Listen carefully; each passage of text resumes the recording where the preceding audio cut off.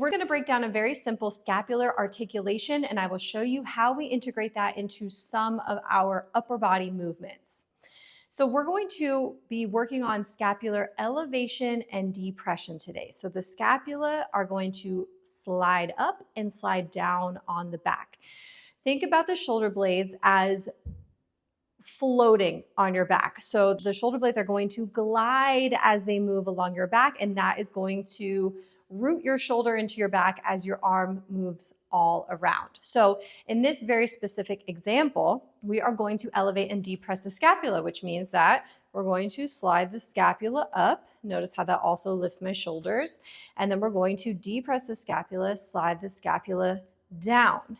So it looks like a shoulder shrug, right? So that's exactly what we're going to be doing, but let's first break down some tools to use to help you really isolate those scapula and get the most out of that articulation. The scapula are really hard to feel because they're behind you. You can't see them. And if we are not used to moving those scapula for a long period of time over the course of years, and we are constantly in this protracted position, here, typing on our phones, driving to work, right? We're not really getting the full use of those scapula. So let's bring that movement back to the scapula. And in order to do that, we need to feel where they are in space. So I want you to back up against a wall, and your feet are going to be out in front of you. Arms are going to be slightly out to the side. Your palms can face in, forward, back, whatever feels good. But I want you to make sure that as you're against this wall, that the back of the rib cage is also pressed into the wall. So we're not going to pop the rib cage out away. And I also want you to make sure that the back of your head is pressed into the wall without lifting your chin this way. So we're going to retract that chin in and avoid pulling that chin forward. Your feet are going to be slightly out away from you. You can soften those knees.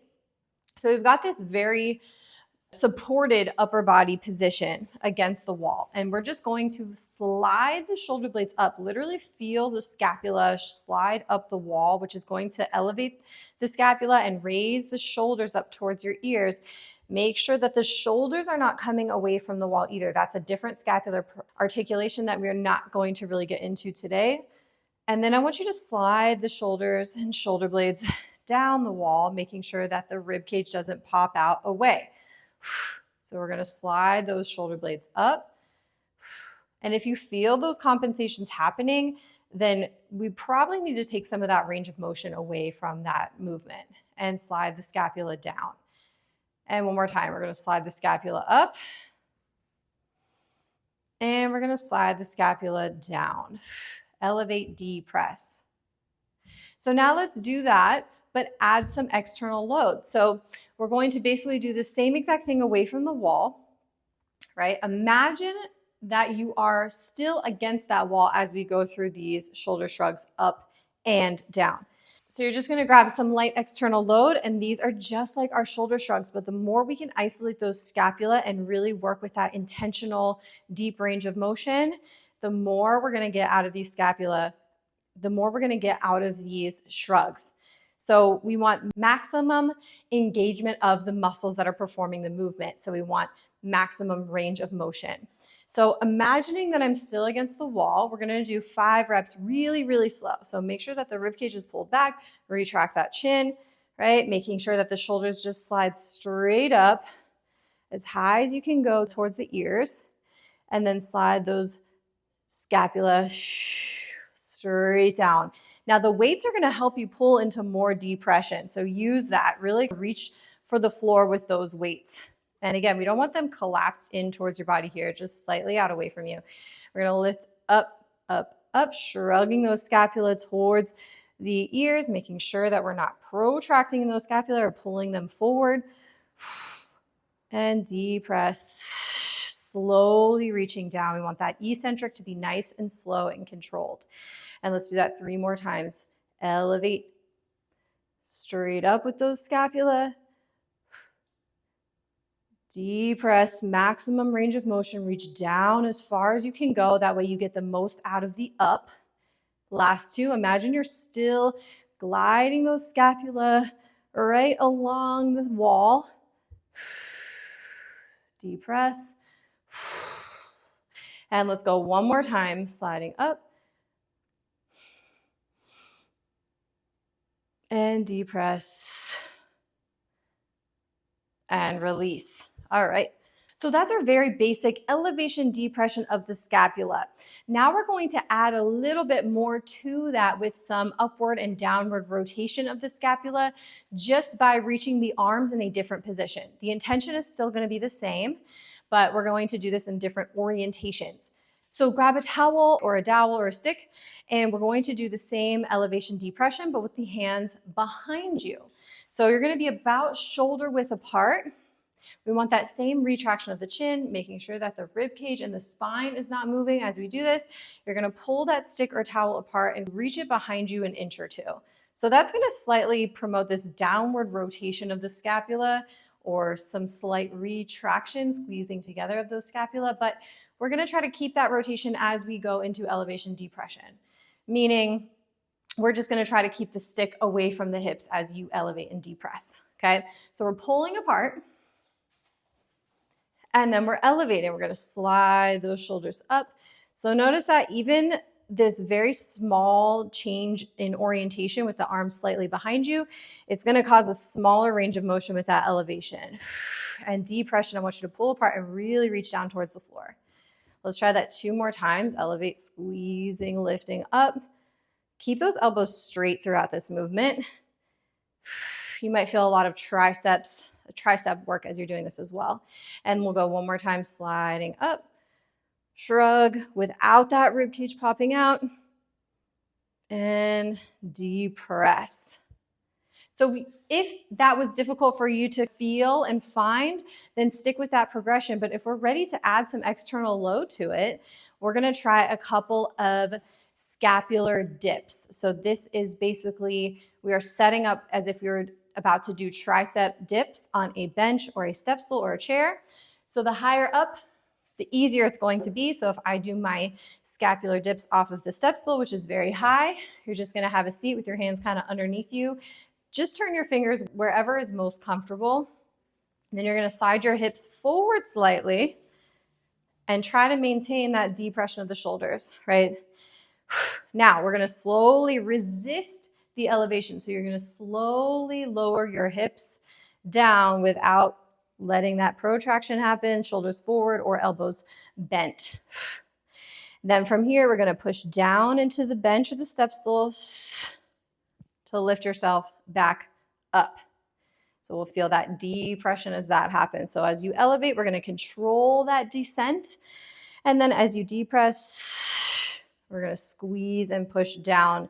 Keep going. We're going to do a few more. I'm going to show you from a lower surface. So if I do these on the P-bars, we're going to elevate slowly, resisting, and then depress, pushing down, trying to lift yourself high. Last 2, elevate, slowly resisting that elevation of the scapula or sliding up without letting that protraction or rounding of the shoulders happen. Push down. And let's go 1 more time. These can be really, really difficult because we're pushing our body weight without actually bending the arms, right? So these can make you really, really sore. So this is basically, once we depress, that is the position that you would do a tricep dip in, just trying to maintain that depression of the scapula as you go through that dip. Okay, so let's do a different orientation. Now we're going to grab our stick or towel again, and we're going to do this with the arms overhead. This is going to promote a little bit of upward rotation of the scapula. We're going to combine that with elevation and depression of the scapula as well. So you're going to, again, use your wall. I'm going to show you on the squat rack. And we're going to lift those arms overhead. Arms are about shoulder width. Now you're going to lift as high as you can go without letting that spine arch. So you're going to get as far as you can into that shoulder flexion. My rib cage is down, my chin is retracted, and then you're going to walk towards the wall. So as we elevate, depress, I don't want you to hit the wall with that stick. So we're going to keep that stick pulling away, and I don't want you to pop that rib cage or the hips forward into the wall either. So we're using that wall as a tool to avoid with this one. So arms are overhead. We're nice and close to that wall, as close as you can be without hitting the wall with that stick. And then as you lift and lower the scapula, we're trying not to get any closer to the wall. So we're gonna elevate more by shrugging those shoulders towards the ear. And then you're gonna depress, pulling those shoulder blades down. Now this one you might notice that you get a little more range of motion out of the elevation because we're also combining that upward rotation, and a little less as we go into that depression, because as the arms go overhead, we do need to use some elevation and some upward rotation. Let's do 3 more just like that against the wall. I'll show you this way. Sliding up. Depress, sliding down. Once again, making sure those elbows stay nice and straight. Last 2, elevate. Keep pulling that towel or stick apart. Depress. And let's go one more time. Elevate with that upward rotation and depress. So if that was really confusing or difficult, stay with that progression and try it again. If you're ready to add some external load, we're gonna do this from a hanging position. This is the very start of a pull-up. So we're gonna do a scapular pull-up. Now, if you don't have access to a pull-up bar or you're still working on a dead hang, then you can also do a monkey hang with 2 sticks. You're just gonna place them at 3 and 9 o'clock next to those feet, grab up tall, and then you're gonna sink your hips down so that you're giving your weight to the sticks and hanging there without really giving your full body weight to a hang, right? You can also modify this hang by doing this on a step stool. As you go into your hang, your feet are just going to be out in front of you, giving you some assistance into that hang. Again, we want the hands to be about shoulder width apart. We're not really looking for a wide grip with this one for now. So from this hang position, we're going to be here for a little while. So make sure you've got a nice tight grip, or come down and take a breath. We're going to do that same thing. So now we're going to depress. This is basically that same movement, but just like the dips, we're now in a closed chain position. So the hands aren't moving. We're instead pulling our body up towards the bar, and then let those scapula elevate towards the ears. And then drive those shoulder blades down. Make sure we're not arching too much here. Keep that rib cage down. And release. Let's do 3 more. I'll show you from this angle. Last 3. Hold. Try to get a nice little hold at the top there. Hold.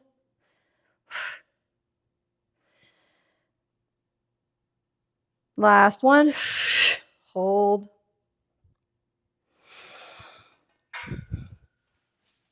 And then, like I said, this is the first step of our pull-up. So from that dead hang, the first step is that depression all the way up to the pull-up, and then finish back in that dead hang. So that's a very general overview of the elevation and depression of the scapula and how we can apply that to our upper body strength movements in order to get more muscle recruitment, therefore stronger lifts and more gains. If you found this helpful, please like and subscribe. Any questions you have, drop them in the comments below, and I will see you next time.